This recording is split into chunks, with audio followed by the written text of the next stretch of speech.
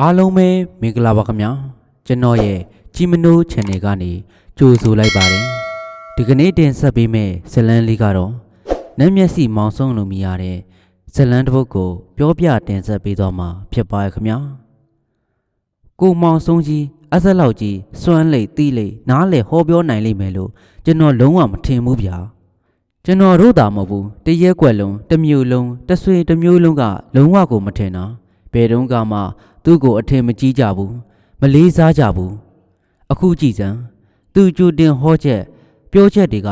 မှန်လွန်းလို့အမြည်တစ်တွေတောင်မှပြီးလိုက်ရတယ်နတ်မျက်စိမောင်ဆုံးနေခမညာသူ့ရဲ့အကြောင်းကိုသိကျင်နေကြပြီပေါ့လေပြောရမှာပေါ့ဗျာဒီရဲ့ဖြစ်စမ်းမျိုးကမပြောရင်မဖြစ်ဘူးလေသူ့နာမည်ကကိုဆုံးတချို့ကသူ့ကိုကိုမောင်ဆုံးလို့ခေါ်ကြတယ်ဦးဆုံးလို့လေကလေးများကခေါ်ကြသေးတယ်တငယ်ချင်းအသည်များကငှက်ဆုံးလို့လည်းခေါ်တယ်လူကြီးများကတော့မောင်ဆုံးလို့ခေါ်တယ်ကိုဆုံးကစာပေပညာသိမ့်မတက်ပါဘူးဘုံကြီးကျောင်းသားလုံနေရတာဆွေမရှိမျိုးမရှိတကောင်ကြွက်ပေါ်ခမညာတာဝတ္တဘုံကြီးကျောင်းကဘုံတော်ကြီးဦးသက်ရှိရဲ့မွေးစားသားလို့အများကခေါ်ကြတာပေါ့ဒီနေ့ဘုံကြီးဦးသက်ရှိနေမြို့တမြို့ကိုကြွသွားရင်တွေ့ခဲ့ရတာ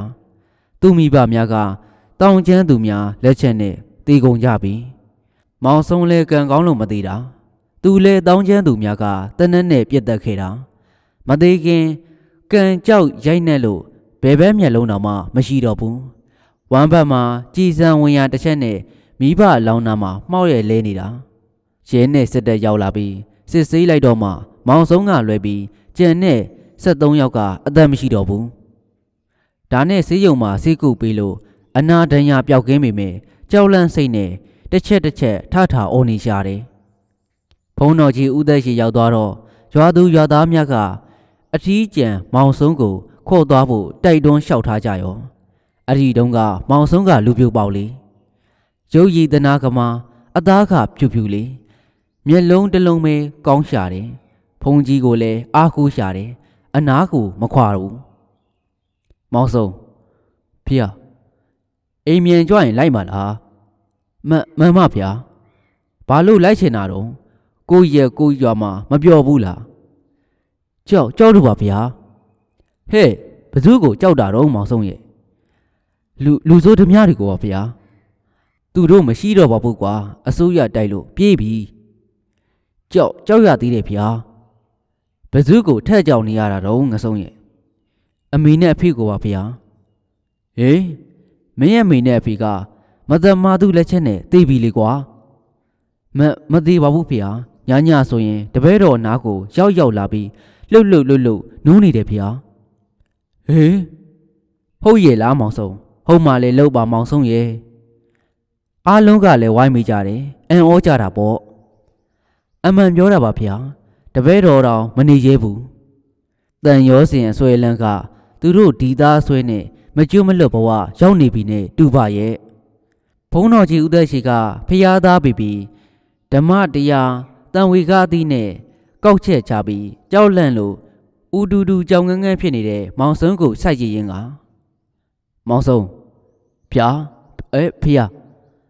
ငါနဲ့လိုက်ခဲ့ရင်ဘုံကြီးเจ้าသားလုံးရမှာနော်လုံးပါမယ်ဖျားမနဲ့တိုင်းစွန့်ခံလိုက်ရမယ်လိုက်ပါမယ်ဖျားရေခက်ထင်းခွဲလုံးရမယ်လုံးပါမယ်ဖျားအမိုက်လဲရမယ်ကုလီတန်ရှင်ရေးလုံးရမှာနေတိုင်းလုံးပါမယ်ဖျားစတင်ရမယ်တင်ပါမယ်ဖျားရမဖြစ်ရဘူးမဖြစ်ပါဘူးဖျားဖျားနေတိုင်းရှစ်ခိုးရမယ်စိတ်ချပါဖျားကိုင်းဒါဆိုငါပြန်ကြွရင်တပါးလေးလိုက်ခဲ့မောင်ဆုံးအရန်ဝမ်းသာသွားတယ်လို့သူ့ပတ်ဝန်းကျင်ကလူများလည်းထပ်တူဝမ်းသာကြတယ်ဒီလိုနဲ့မောင်ဆုံးဖုန်ကြီးเจ้าမှာဖုန်ကြီးเจ้าသားဖြစ်လာပါတော့တယ်ဖုန်ကြီးเจ้าရဲ့ဝေယဝိဆမန္တများကိုမညီမညူလောက်ကင်ရှာတယ်ဖုန်ကြီးเจ้าစာလဲတင်ပြီးလို့ကောင်းရေးတဲ့ဖတ်တတ်ပါပြီဖုန်ကြီးเจ้าသားဘွားများနဲ့အနွန်တာကိုလည်းခံရှာတယ်တချို့ကတစ်ဖက်လက်မောင်ဆုံးလို့ခေါ်ဝေါ်နောက်ပြောင်ရဲ့စိတ်မဆိုးဘူးအကန့်ပြောလဲရက်မလုပ်ဘူးဒီလိုနဲ့စားကောင်းတောက်ကောင်းမနှံညစားရထင်မောင်ဆုံးကျမ်းမာကြီးပြဖြိုးလာခဲ့တယ် အချိန်ရရင်ရက်ွက်ထဲကအိမ်များမှာရေခက်ထင်းခွဲချန်တန်ရှင်းရေးလောက်ကန်ပေးလို့အပိုဝင်ငွေလေးလည်းရလာခဲ့တယ်ဒီမှာမောင်ဆုံးကိုအရေးတယူခိုင်းလေရှိတာကဘက်ထရီမီယိုလုပ်ငန်းရှင်ဦးဩဘာညွန့်နဲ့သူ့သမီးရွှင်ရွှင်တို့သားဖပဲဖြစ်တယ်လျှက်စစ်မရှိတဲ့အိမ်များကိုဦးဩဘာညွန့်ကဘက်ထရီအားသွင်းအိုများနေစားလာစားဖြန့်နေအဲ့ဒီမှာမောင်ဆုံးကအချိန်မိုင်းလေးဝင်လို့ရတယ်ရွှင်ရွှင်ကလည်းမျက်စိတစ်လုံးမရှိပေမဲ့အသားဖြူဖြူချောချောဖုံးကြီးကြောင်းသားမောင်ဆုံးကိုတနာတယ်ဟိုနားဒီနာဈေးသွားရင်ဆွဲချင်းကင်အဖော်ခေါ်သွားတတ်တယ်ပြောရရင်ရွှင်ရွှင်ကမျက်နှာများတယ်ဝတ်တာစားတာသွားတာလာတာနေထိုင်တာအလုံးကိုခစ်ဆန်ရစ်တင်တယ်ပတ်စံကလည်းသုံးဖြုံးနိုင်တယ်ရုပ်ရည်ကလည်းချောကိုလုံးကိုပေါက်ကလည်းနှုတ်ဆိုးဤဝင်းနေတော့သူမကိုကြိုက်သူချစ်သူများကမဆန်းပါဘူးကျွန်တော်တို့ကမောင်ဆုံးနဲ့ယဉ်နေတော့စုံရင်မေးရောမောင်ဆုံးဘာတော့ကိုမိုင်းမင်းနဲ့ရွှေရွှေနဲ့ဖြစ်နေလားဘာဖြစ်လို့လဲမင်းကလည်းတုံးမမောင်ဆုံးရ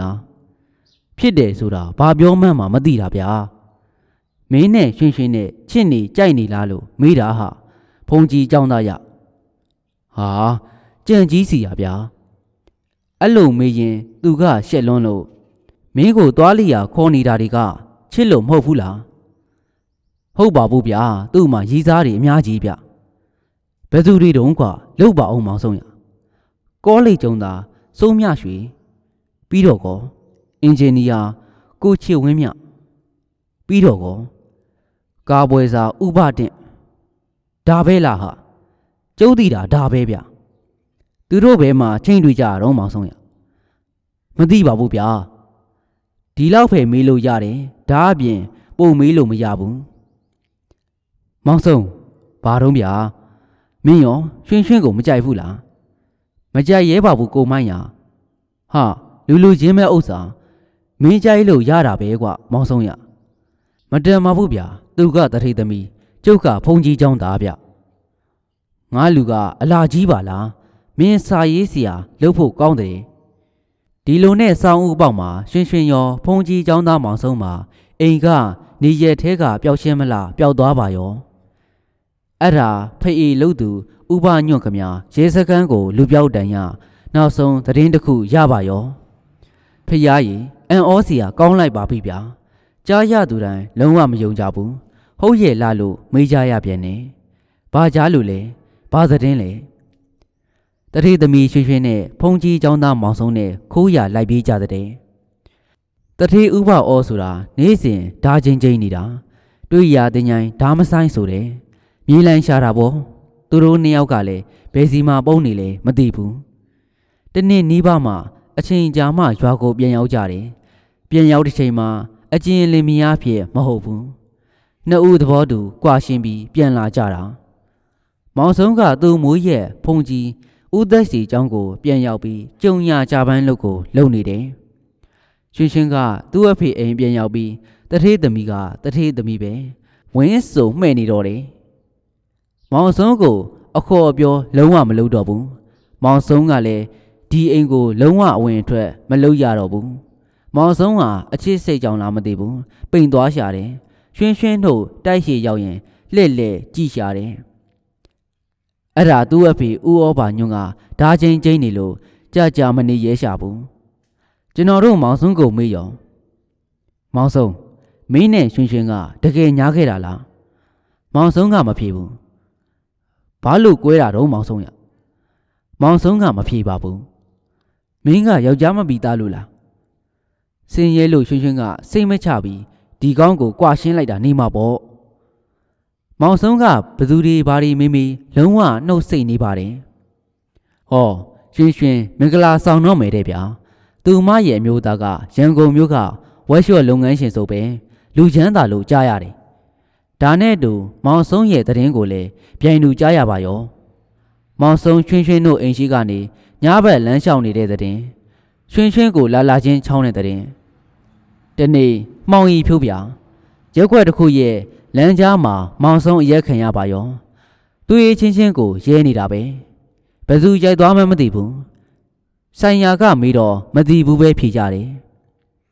သေပြီလို့တောင်မှထင်ရတယ်မကြပါဘူးကရုံးကြီးနဲ့6ရိုးပုံးများစွာနဲ့အချမ်းအခွက်နဲ့စီးရုံကဆင်ခွင့်ရလာတယ်သို့တော့လည်းဘသူကောင်မှမမှတ်မိတော့ဘူးသူ့မွေးရဖခင်ဖုန်ကြီးဦးသက်ရှိကိုလည်းမမှတ်မိတော့ဘူးကျွန်တော်တို့ကိုလည်းမသိတော့ဘူးသူ့မယားချောရွှင်ရွှင်ကိုလည်းမသိတော့ဘူးကျွေးရင်စားတယ်မကျွေးရင်မစားဘူးဟိုလျှောက်သွားဒီလျှောက်သွားကြုံရမှအိတ်တယ်အဝေးစား30ကိုတခုနဲ့ပဲအများအားဖြင့်မျိုးပြင်ရှိရွှေကြည်ညိုတင်းချမ်းမှာပဲအနေများတယ်မိုးရွာရွာနေပူပူတင်းချမ်းကအုတ်ကူပေါ်မှာတရားထိုင်တယ်လို့ထိုင်ပြီးပတိစိတ်လေးရှိတယ်ဒါနဲ့သူ့မွေးစားဖခင်ဖုန်ကြီးဦးသက်ရှိကတင်းချမ်းဆောင်ဦးခွေးတောက်ကိုခေါ်ပြီးအပ်လိုက်တယ်ခွေးတောက်ဖေဟာမင်းတို့ရွှေကြည်ညိုတင်းချမ်းမှာအုံနောက်တိတ်မကောင်းတဲ့လူရွယ်တယောက်ရောက်နေတယ်မှန်ပါတယ်ဖေဟာသူ့နာမည်ကမောင်ဆုံးနဲ့မှန်မငါရဲ့သားတစ်ပည့်ပဲသူ့ကိုစောင့်ရှောက်လိုက်ပါမှန်မဖေဟာဦးခွေးတောက်ကဖုန်ကြီးရဲ့မေတ္တာရက်ခံချက်နဲ့မောင်ဆုံးရဲ့ဘဝအဖြစ်စဉ်ကိုကြားသိသနာပြီးစောင့်ရှောက်ရှာတယ်ဖုန်ကြီးကျောင်းကကျောင်းသားများလာပို့တဲ့ထမင်းဟင်းများကိုကြွေးရှာတယ်မောင်ဆုံးစားခြင်းလဲစားတယ်မစားခြင်းလဲမစားဘူးမစားတဲ့နေမျိုးကြရင်တင်းချမ်းမှာရှိသမျှခွေးများကိုအဲ့လိုအစာစားများကျွေးရင်းတယ်အဲ့လိုမှမဟုတ်မောင်ဆုံးကဖက်ရွက်တွေကိုခုပြီးအုတ်ကူပေါ်တွေမှာတပုံပြီးတပုံစားကြဟိဒါငါလူပဲဆိုပြီးတော့ပြော့ပြီးအငဲ့ခံပါရောမိုးရွာရွာနေပူပူမနဲ့မိုးလင်းကလေးကမွန်းတဲ့တဲ့အထိအုတ်ကူပေါ်မှာပဲပတိထိုင်စိတ်နေတယ်အဲ့ဒါမိုးတွေရွာနေလို့ဥခွေးတောက်ကသွားပြောတယ်ဟေးမောင်ဆုံးမိုးတွေရွာနေတယ်လျက်စီးတွေလည်းလက်နေတယ်ကွာတုတ်တန်ဆယ်ထဲဝင်ပြီးနားခူရအောင်နော်ဘလုံးမကိုပြောလို့မရဘူးမိုးရွာထဲမှာငုတ်တုတ်ထိုင်ပြီးပတိကိုပဲစိတ်နေတယ်ထူးခြားချက်ကဖျားခြင်းနာခြင်းလုံးဝမရှိဘူးညာဘက်လဲအုတ်ကူပေါ်မှာမိုးရီတဲ့အိတ်ချင်ရင်အိတ်တာမလို့မိုးရွာရင်ဥခွေးတောက်ကမိုးရီကပြင်ခက်ကြီးကြီးနဲ့သူ့ကိုယ်ပေါ်ကိုလွှမ်းခြုံပေးလိုက်တယ်ကြာတော့လေဥခွေးတောက်ကသူ့ကိုတနာရှာတယ်ငငယ်ရွယ်ရွယ်အရွယ်ကောင်းအလွန်ချောမောလာတဲ့မိန်းမနဲ့ကွယ်အမည်မသိသူများရဲ့ရဲနှက်ချက်နဲ့ဘဝတိမ်မိသွားချင်ရသွားဒါပေမဲ့အချိန်တည်းရင်သူ့ရဲ့ပြုတ်နေကြနေရအလုံးနဲ့ဒီသင်းချမ်းကိုလုံးဝမမေ့မစွန့်ခွာတနေ့မှာမိုးကြီးလေကြီးကြပါရောမိုးကြိုးတွေပြည့်လျှက်စီးများလက်လေပြင်းမုန်နှံများကြတစ်ပင်တွေလဲကျူးကြည်အိမ်တွေလဲမျောလွင့်ဝုံနိုင်ကျဲနေပါရောဦးကွေးတောက်မုံဆုံးမိုးရည်တဲ့ပတိစိတ်နေတာကိုစိုးရိမ်သွားပါရောဖုန်ကြီးကလည်းစောင်းရှောင်းလိုက်ပါပြောထားတာကို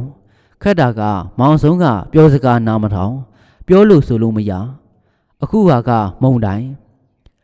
ဦးခွေးတောက်ကမိုးပေါက်များကြားခမောက်စုပ်ကိုစောင်းပြီးတရိုးတရိုင်နဲ့သွားခေါ်ပါရောမောင်ဆုံးမိုးစံလေးစံကစူညံနေလို့လေးစံကုံအောင်အော်ဟေးလိုက်ရတယ်မောင်ဆုံးတုတ်မှမလုပ်ဘူးကြောက်ရွံ့လို့ငြိမ်သက်နေပါတယ်မောင်ဆုံးမုံတိုင်းကြနေပြီအောက်ကိုဆင်းဇေယျထဲမှာနေဒီမှာအနေရများတယ်အဲ့လိုခေါ်ပြောလေမလှုပ်ရှားဘူးဒါနဲ့သူ့လက်ကိုကင်လိုက်လေမလှုပ်ဘူးတောင်းကြီးဟာဒီလောက်ပြောလေမရဘူးသိချင်းသိဟာ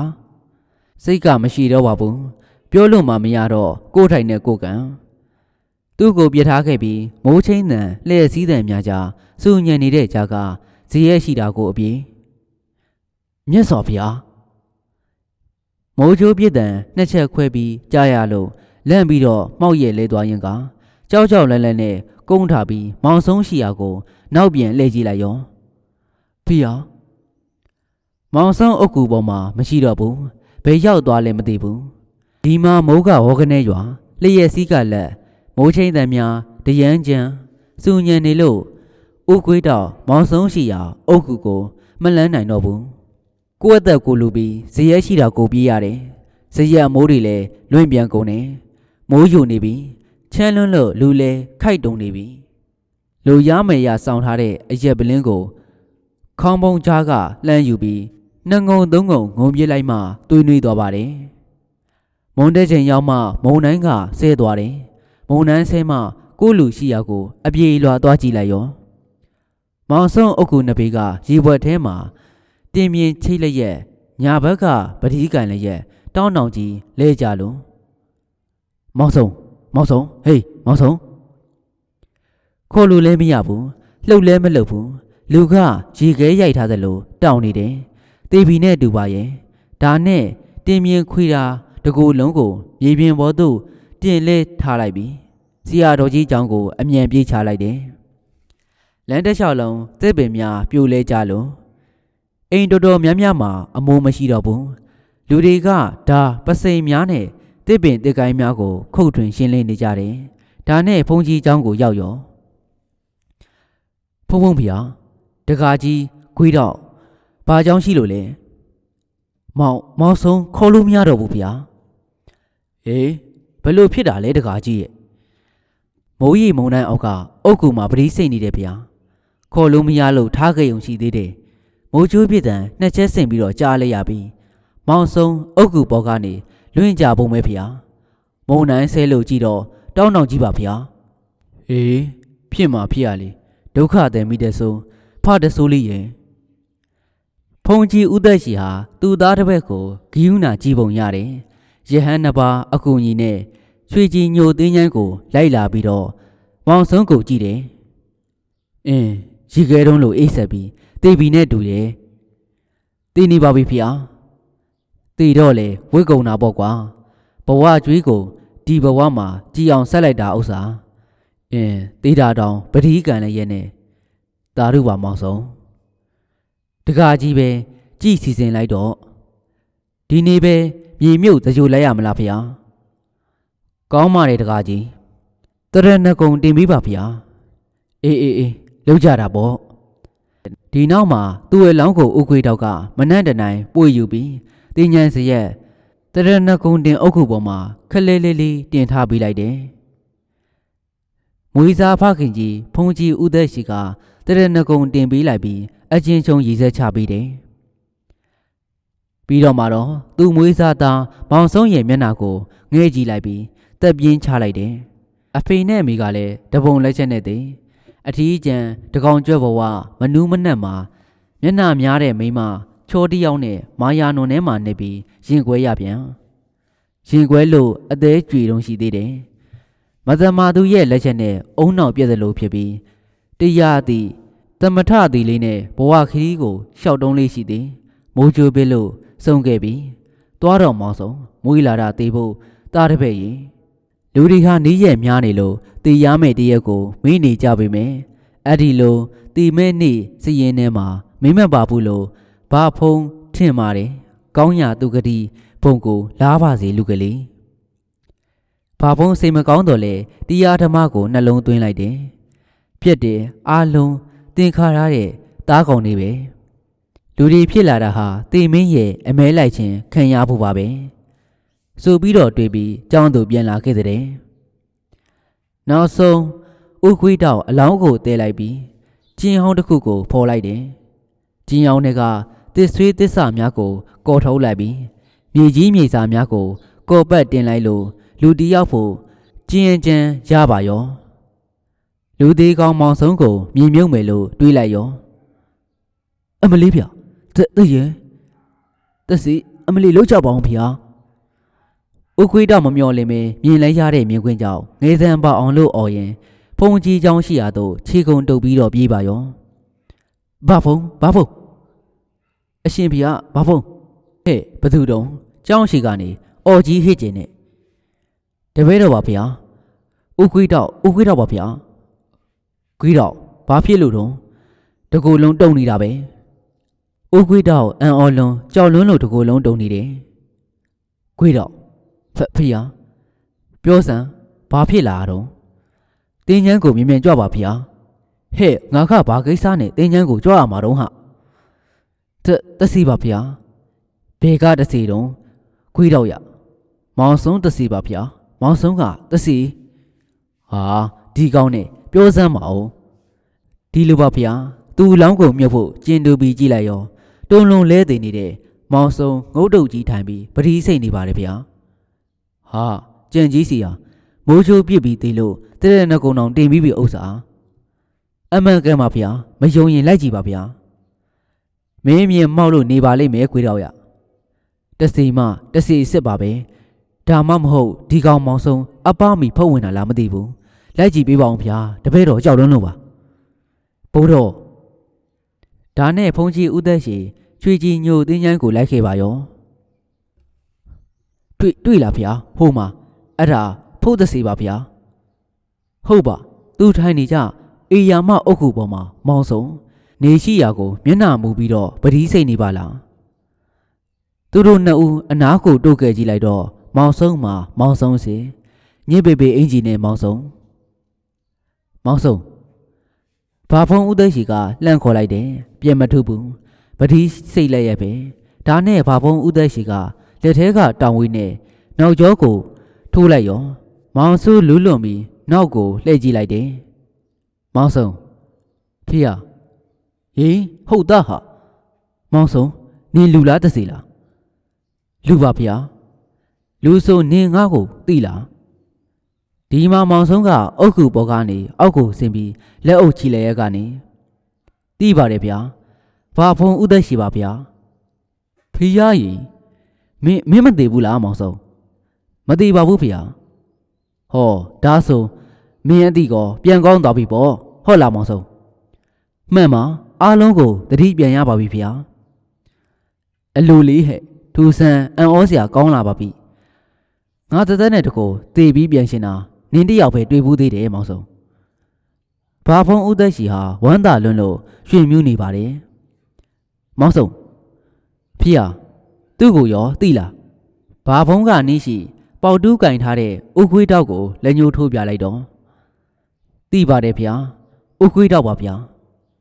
ကဲမင်းကိုမိုးချိုးပြစ်တာသိလားမသိပါဘူးဗျာမင်းမိုးချိုးပြစ်ခံရပြီးတည်သွားသလိုဖြစ်သွားတယ်ကွမျောသွားတာနဲ့တူပါတယ်ဗျာဒါလည်းဟုတ်မှာပဲဒါနဲ့မောင်ဆုံးမင်းတည်မျောသွားတော့ဘယ်များရောက်ခဲ့တာလဲပြောပါဦးကွနတ်ပြည်ကိုရောက်သွားပါတယ်ဗျာနတ်ပြည်ကို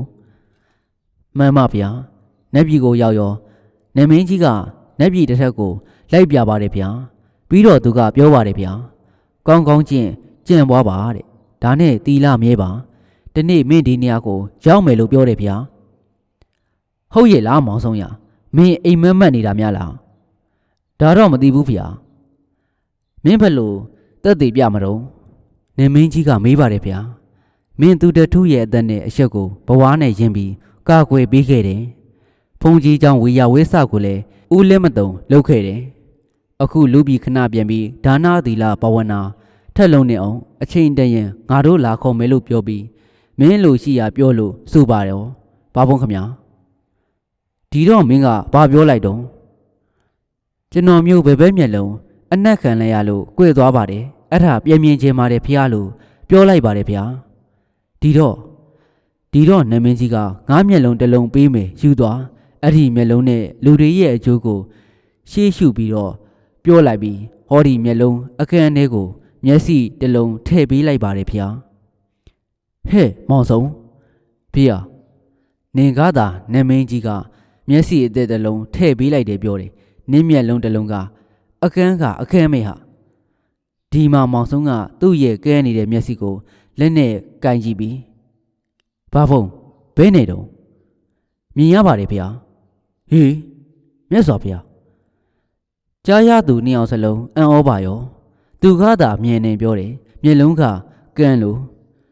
ဘာဖုံးနဲ့ဥခွေးတောက်တယောက်နဲ့တယောက်အထာနဲ့ကြည့်ပြီးကောင်းငိမ့်လိုက်တယ်မောင်ဆုံးဖေးမင်းငါเจ้าကိုပြန်လိုက်မှလားဟင်မလိုက်တော့ပါဘူးဗျာဒီတင်းငိုင်းမှာပဲတရားကျင့်ပြီးနမင်းကြီးမှားလိုက်တယ်လို့လူတွေရဲ့အကျိုးကိုရှေ့ရှုကူညီပါရစေဗျာဒါဆိုလဲနေပေါ့ခွေးတောက်ကမင်းကိုလိုအပ်သမျှအကုန်ကူညီပေးလိမ့်မယ်ငါเจ้าကိုလည်းမလာဘဲနဲ့မနေနဲ့ကြားလားလာခဲ့အောင်တပည့်မှန်ပါဗျာငါသွားတော့မယ်မှန်ပါဗျာဘာဖုံးလို့ရှိရင်ခေါ်လိုက်ပါဗျာဒါနဲ့ဘာဖုံးဥသက်ရှိလဲရွှေကြီးညိုတင်းချမ်းကပြန်လာခဲ့တယ်လူကားတော့မိုးချိုးပြစ်ဒဏ်ကြားရပြီးအုံနောက်ပြန်ကောင်းတယ်လို့ရှိပုံရတယ်ဒါနဲ့ပဲကြက်မပြည့်ကျင်ဘူးလို့ကောက်ချက်ဆွဲပြီးလုံးဝသတိမရှိတာနဲ့စရင် အခုအနေထားကတော်ပါသေးတယ်ဆိုပြီးတော့ဖြေသိမ့်လိုက်တယ်စမ်းမုံကမိုးချိုးပြည့်တဲ့ကြောင့်ပြန်ကောင်းနေစလာတဲ့အချိန်ကစပြီးထူးဆန်းတာပဲတနေ့မှာတော့သူ့ပရီးလဲစိတ်ပြီးရောဥကွေးတောက်ရှိရကိုပေါက်ချလာပါရောမောင်ဆုံလာဟိဘဲပြုတ်စီစမ်းနဲ့ယူနေချမ်းမြည်ကွာဥကွေးတောက်ဘာတော့မောင်ဆုံရထိုင်လီကွာမောင်ဆုံးကအားရင်ဥကွေးတောက်ကိုဝိုင်းကူညီလုပ်ပေးလို့ဥကွေးတောက်လည်းအဖို့ကောင်းရပြီးဝမ်းသာနေပါတယ်ဥကွေးတောက်ကျုပ်ကိုတခုကူညီပါဗျာပြောမင်းဘာစားချင်လို့လဲမစားချင်ပါဘူးဒီမှာခမည်းတထေးသမီးရွှင်ရွှင်ကိုသိလားမင်းနဲ့ညာဘူးတဲ့တထေးသမီးကိုပြောတာလားဟုတ်တယ်လို့ပဲပြောကြပါစို့ဗျာဟုတ်ရင်ဟုတ်တယ်ပေါ့ကွာဘဲနဲ့ဟုတ်တယ်လို့ပြောကြပါစို့ကွာဘာလဲငါကအချိန်ပေးရမှာလားပြောခမည်းသူ့အိမ်ကိုအရောက်သွားလိုက်ရောက်ရင်ရွှင်ရွှင်အခုလက်ထက်မဲ့သူနဲ့ကြည်လန်းခီးသွားဖို့အစီအစဉ်ကိုဖျက်လိုက်ပါဆက်သွားရင်အသက်အန္တရာယ်ရှိတယ်လို့ကျုပ်ကပြောလိုက်တယ်လို့အခုပြောပြပါမောင်ဆုံဖြစ်ပါမလားငါလူရဘာလို့မဖြစ်ရမှာလဲဗျငါကတင်းချိုင်းမှနေတဲ့သူမင်းကောင်မလေးကတထေးသမီးအိမ်နဲ့ရောဝင်လို့ရပါမလားငါလူကိုရောစကားပြန်ပြောပါမလားကွာမောင်ဆုံးရစင်စင်ဆဆလောက်ပါငါကောင်ရဖြစ်ပါတယ်ဗျာကျုပ်လွတ်လိုက်တယ်လို့သာပြောလိုက်ဒီနေ့ဖြစ်အောင်ပြောလိုက်နော်ဥခွေတော့ဒါဆိုငါလူသွားလိုက်ပါလားကွာတစ်ချိန်ကကိုမယားဖြစ်ခဲ့ဘူးတာပဲဥစ္စာအခုကြုံမရမဟုတ်တော့ဘူးဗျသူများမယားဖြစ်တော့မှာသူများမယားဖြစ်နေမှန်းသိရင်ငါလူတန်ရောစင်နေနဲ့ဖြစ်မနေပါနဲ့လားကင်းကင်းရှင်းရှင်းနေပြီးကိုယ့်ဟာနဲ့ကိုနေပါလားဒီမှာဥခွေတော့တဏှာရာကတန်ရောစင်စိတ်ကြောင့်ခမည်းကိုပြောခိုင်းတာမဟုတ်ဘူးသူ့ရဲ့အသက်ရောပြီးအိုဗျာဟိုလူအသက်ပါကဲ့ခြင်းလို့ဒါဆိုငါမသိလို့ရှင်းရှင်းလင်းလင်းမေးမယ်ငါလူရအဲ့ဒီခရီးကိုတွားခဲ့ရင်သူဘာဖြစ်မှာမလို့လေသူတို့သေးလိမ့်မယ်ဗျဘာရှင်းရှင်းမင်းမရသေးလိမ့်မယ်နေပါဦးသူရေချောင်းလန့်ခရီးနဲ့တွားမယ်ဆိုတာမင်းဘယ်လိုလုပ်ပြီးတော့သိတာလဲတွားရင်သိမှာကောမင်းကအတီးအကျပြောနိုင်လို့လားဥခွေတော့ကျွန်တော်ကိုခရင်အမြန်သွားပြောပေးလိုက်ပါဗျာအဲ့လိုပြောလိုက်ရင်ခမည်းကိုကျုပ်ရွှေလဲဆွတ်တကွင်းရအောင်ကူညီမယ်ဗျာမောင်စုံမင်းတကယ်ပြောရလားဟုတ်တယ်မင်းငါ့ကိုမပတ်နဲ့နော်စိတ်ချပါဗျာရွှေလဲဆွတ်မှာကြောက်နေရွှေလဲဆွတ်ရစီရမယ်ဗျာဒါဆိုရင်လေမြန်ငါပြီးသွားပြီးကိုလူကြီးဥခွေတော့ရွှေကြီးညိုတင်းချိုင်းကနေအမြန်နှုံးနဲ့ပြေးချလိုက်တယ်တထေးကြီးဦးဩဘာညွန့်ရဲ့ချင်ရှိကနေခောက်တုတ်ခောက်ပြန်လမ်းလျှောက်နေတာအကြိမ်မနှဲဘူးရွှင်ရွှင်ဆိုတဲ့မိန်းကလေးထွက်လာတာလည်းမတွေ့ပါဒီလိုနဲ့ကိုပင်အောက်မှာထိုင်နေတော့ဝိထုစာအုပ်အငားဆိုင်ကနေထွက်လာတဲ့ရွှင်ရွှင်ကိုတွေ့ရောဥခွေတော့ဝမ်းသာအားရနဲ့အနီးပြေးသွားလိုက်ပါရောရွှင်ရွှင်ရှင်ဘသူတုံးအဝေးအစားညင်ညက်ပေပေနဲ့သူ့ကိုရွှင်ရွှင်ကယွန်ရှာဆက်ဆုပ်ဟန်ကြည့်ပြီးမေးပါတော့တယ်ဟိုဘာဟိုလဲတရောင်းစားရုပ်ကများဒီလိုပါဟိုလေမောင်စုံလွတ်လိုက်တာပါမောင်စုံဟုတ်လားဟုတ်တယ်ဒီမှာမောင်စုံနဲ့ကျမဘာမှမပတ်သက်တော့ဘူးရှင်နေပေါင်းကွယ်သူကအရေးကြီးစကားတခွန်းမှားလိုက်လို့လာပြောတာခဏလေးဘာစကားမလို့လဲပြောမြင်ပြောဟိုလေငါတူမကြီးတို့သွားမလို့ကြံစီနေတဲ့ရီလန်းချောင်းခီးမသွားပါနဲ့တဲ့အစီအစဉ်ဖြစ်လိုက်ပါတဲ့ရှင်သူမကြားတဲ့စကားကြောင့်အလွန်အံ့ဩသွားတယ်ဘာဖြစ်လို့လဲသူဘလို့လှုပ်ပြီးတော့သိသွားခဲ့ရင်ညီးသက်သိလိမ့်မယ်တဲ့အိုးအတိတ်ပဲမရှိပါဘူးသွားသူမဟာဥကွေးတောက်ကိုယွန်စွာဆက်ဆုပ်လို့ကြည့်ပြီးခြာကနေလှည့်ပြီးသူမရဲ့အိမ်ရှိရာသို့ပြေးဝင်သွားတယ်ဝါဆိုလာပြေးနေ့ကအလွန်ကြည်ကွဲစရာကောင်းတဲ့သတင်းဆိုးတစ်ခုအားလုံးကြားလိုက်ရပါတယ်ရွှင်ရွှင်ရဲ့သူနဲ့မကြခင်လက်ထက်တော်မဲ့တတိလောင်းရဲ့ကြောက်တန်းမြို့တောင်စုကမီးပြဆိုတဲ့ရွာလေးသွားလို့မော်ဝင်ချောင်းကိုမော်ဝင်ချောင်းမှာပဲရည်နစ်လို့နှစ်ယောက်စလုံးတည်ဆုံးသွားတော့တယ်နောက်ဆုံးအဲ့ဒီသတင်းဆိုးမဖြစ်စေဖို့မောင်ဆုံးဆိုသူရွှင်ရွှင်ရဲ့ကွာလင်ကကြိုတင်သတိပေးလိုက်တဲ့သတင်းကလည်းဥခွေးတောက်ရဲ့အားချောင်မှုနဲ့အားလုံးသိကုန်ပြီမလို့အံ့ဩကုန်တယ်မောင်ဆုံးဒီကိစ္စဘလို့ကြောင့်ကြိုသိရတာလဲအဲ့ဒါမိကွန်းတစ်ခုဖြစ်ပါရောတ ချို့ကမောင်ဆုံးကိုလာမေးကြရဲ့နောက်ဆုံးမောင်ဆုံးကယူသားစွာဖြေလိုက်ပြီးတော့တယ်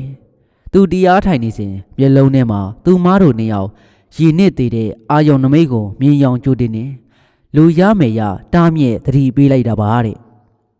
ဒီလိုကြားတဲ့လူတော်တော်များများကတင်ញံကုန်းမှာနေတဲ့မောင်ဆုံးကိုအော်ဖြစ်သွားပါရောဒီတော့မှဥကွေးတောက်လဲမောင်ဆုံးရဲ့အာယုံနမိတ်စွမ်းကိုစတင်နားလီစာပြုတော်တယ်မောင်ဆုံးကတော့စိတ်မကောင်းမှုပေါ့မောင်ဆုံးခမဦးလေးတစ်ခုမေးပြရစီငါတို့ရမေးပါဥခွေးတောင်မင်းရွှင်ကိုချစ်ခဲ့သလားဟင်ချစ်တယ်ချစ်ရင်ဘာလို့ကွာရှင်းခဲ့တာလဲသူတောင်းဆိုလို့ပါဗျာမင်းတို့ကခိုးရပြေးတဲ့အကျေလင်မယားတွေမဟုတ်ဘူးလားဥခွေးတောင်ရဲ့ကျွန်တော်ကသူမကိုမြင်ပါပြီရင်းနှီးပါများလို့တစ်ဖက်သက်ချစ်ခဲ့ရတာပါအမှန်ကရွှင်ကကျွန်တော်ကိုနည်းနည်းမှမချစ်ပါဘူးဒါဆိုဘာလို့ခိုးရလိုက်ပြေးတာတုံးဟာသူမရဲ့ရှက်တစ်ခုကြောင့်ကျွန်တော်ကိုခုတုံးလို့အသုံးချသွားတာဒီအကြောင်းနေမသိကြပါနဲ့တော့ဗျာ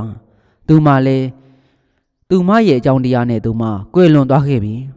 သူမရဲ့ဂုဏ်သိက္ခာတိုင်းငဲ့ပြီးလှိဝဲချက်ကိုကျွန်တော်မပြောပြရစီနဲ့ဒီဇလန်ဒီအလွမ်းကိုဒီနေရာမှာပဲပြည့်ဖုံးကာချလိုက်တော့မယ်အေးပေါ်လေကံရဲ့အကျိုးကိုကံပြုလို့သူသာခံစားရတာပဲဒါနဲ့မောင်ဆုံးမင်းကိုငါအံ့ဩတယ်ငါလူရဘာဖြစ်လို့လဲမင်းဒီအကြောင်းကိုအတိအကျပြောနိုင်လို့ကွနမိတ်ကိုလားဗျတချို့နမိတ်များကတက်ရောက်အားပြင်းနေအဲ့ဒါကိုဂယုဆိုင်နိုင်ရင်အနေရကင်းပါလိမ့်မယ်လေမောင်ဆုံးမင်းငါ့ကိုဂရီပေးထားတာတခုရှိတယ်လေကွာဘာများပါလဲဗျမိမကိုသွားပြောပေးရင်လက်စွပ်တကွင်ရမယ်ဆိုတာလေဩဒါလားလိုချင်လို့လားဟာလိုချင်လို့ပေါ့ဟာသူ့ဘာရစာနဲ့ရွှေလက်စွပ်နဲ့ဘာဆိုင်လို့လဲဗျာခမည်းကလေငါလူရရွှေစားငွေစားလေးများရှိရင်ကုသိုလ်ကောင်းမှုပြုကျင်လို့ပါမောင်ရအာဇုဘအလုပ်ကိုဘယ်သူလုပ်ချင်မှာလဲကွအတိတ်ဘောကဒါနသီလဘာဝနာအားနဲ့လို့အခုလိုဘဝမှာအနှိမ့်ကြဆုံးအလုပ်ကိုလုပ်နေရတာပေါ့ဒီဘဝမျိုးအထုံရည်ဆက်နာမပါရအောင်လို့အခုဘဝကံတင်တုံးလေးကုသိုလ်ကောင်းမှုလုပ်ချင်လို့ပါဥကွေးတောက်ရဒီအလုပ်ကလည်းစေတနာထားပြီးလုပ်ရင်ကုသိုလ်ရတဲ့အလုပ်ပါခမရမယုံမရှာလုပ်ပြီးတဲ့စေတနာရဲ့ကံအကျိုးကိုခမရခံစားရတော့မှာပါ။ကဲခမရအခုဘာလုပ်ချင်လဲ။တန်ငါ9ပါးလောက်စွန့်ခက်ချင်တယ်ကွာ။ခမရဒီနေ့ကစားပြီးဖီးအားရှိခိုးလို့အဋိဌံဗျာ။3ရက်အဋိဌံလိုက်3ရက်စီးတဲ့နေ့ခမရရွှေလက်စွပ်တကွင်းရလိုက်မယ်။ဘယ်လိုလုပ်ပြီးရမှာလဲငါလူရ။အဋိဌံကိုသာလှုပ်စမ်းမှာစိတ်ရောကိုယ်ပါလုံနော်။ရမှာပါနော်။ရမှာပေါ့ဗျ။ဘယ်နာကရမှာလဲ။မြေကြီးတဲ့ကဒါနဲ့ဥကွေးတောက်တုတ်တန်စရဲကပုံလောင်းရုပ်ပွားရှိမှာ3ရက်တိုင်တိုင်အဋိဌံဝင်ဖျားရှိကိုပတိစိတ်ပါတယ်တန်ဃာတော်9ပါးစွန့်ဒါနာပြုရမယ်ကုသိုလ်ရပါလို့ဤလို့လေစုတောင်းဒိဋ္ဌံနဲ့3ရက်စီးနေမှာပဲနာရေးကိစ္စတခုအတွက်ကြာမြင့်လာပြီဖြစ်တဲ့မြေပုံကြီးအောင်ကိုပြန်လေတူဖို့ရတယ်ပေါက်တူးတစ်ချက်ပေါက်လိုက်ဒီမှာပစ္စည်းတစ်ခုကိုထိသွားခတ်မိပါတော့တယ်ပစ္စည်းကဆွေးမြည်လူအယိုးများကြမှာခက်ဝင်းဝင်းလေအလိုကောက်ယူပြီးမြေကြီးရွှွန့်စီများကိုတုပ်စင်ဖယ်ရှားလိုက်ပါရောเจ้าหนีလက်စွပ်တကွင်းပါလားဖျားရင်အံ့ရောဟဲ့သူ့လက်စွပ်ကိုကန်ပြီးတရားထိုင်နေတဲ့မောင်ဆုံးရှိရာကိုပြေးလို့လှုပ်နှုတ်ပြီးပြလိုက်တယ်မောင်ဆုံး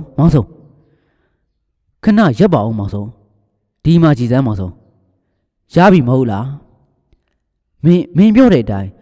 ငါကျင်းဟောင်းထဲကနေလက်စွပ်တကွင်ရပြီဝမ်းသာလိုက်တာမောင်ဆုံးရဥခွေတော့ဘာတော့ငါတို့ကြီးပစ္စည်းရရောချက်ချင်းအခေါ်ပြောကပြောင်းသွားတယ်မြေပုံထဲကလက်စွပ်ကိုပါရခဲ့ပြီဆိုတော့မူလသေးသူကိုပါရည်စူးပြီးခမရလူချင်းနဲ့အလူကိုလှုပ်ပြီးတော့ဥခွေတော့မောင်ဆုံးဘာတော့ဗျာကျုပ်အလုပ်ပြတ်တော့မဲဗျငါမင်းတို့လူကိုထူးဆန်းလွန်းလို့နာမည်တစ်ခုပေးမယ်ဘာနာမည်တော့ဗျမင်းမိုးချိုးပြစ်ခံရပြီးမျောနေတုန်းကမင်းနှက်ပြည်ရောက်ခဲ့တယ်လို့ပြောတယ်မလား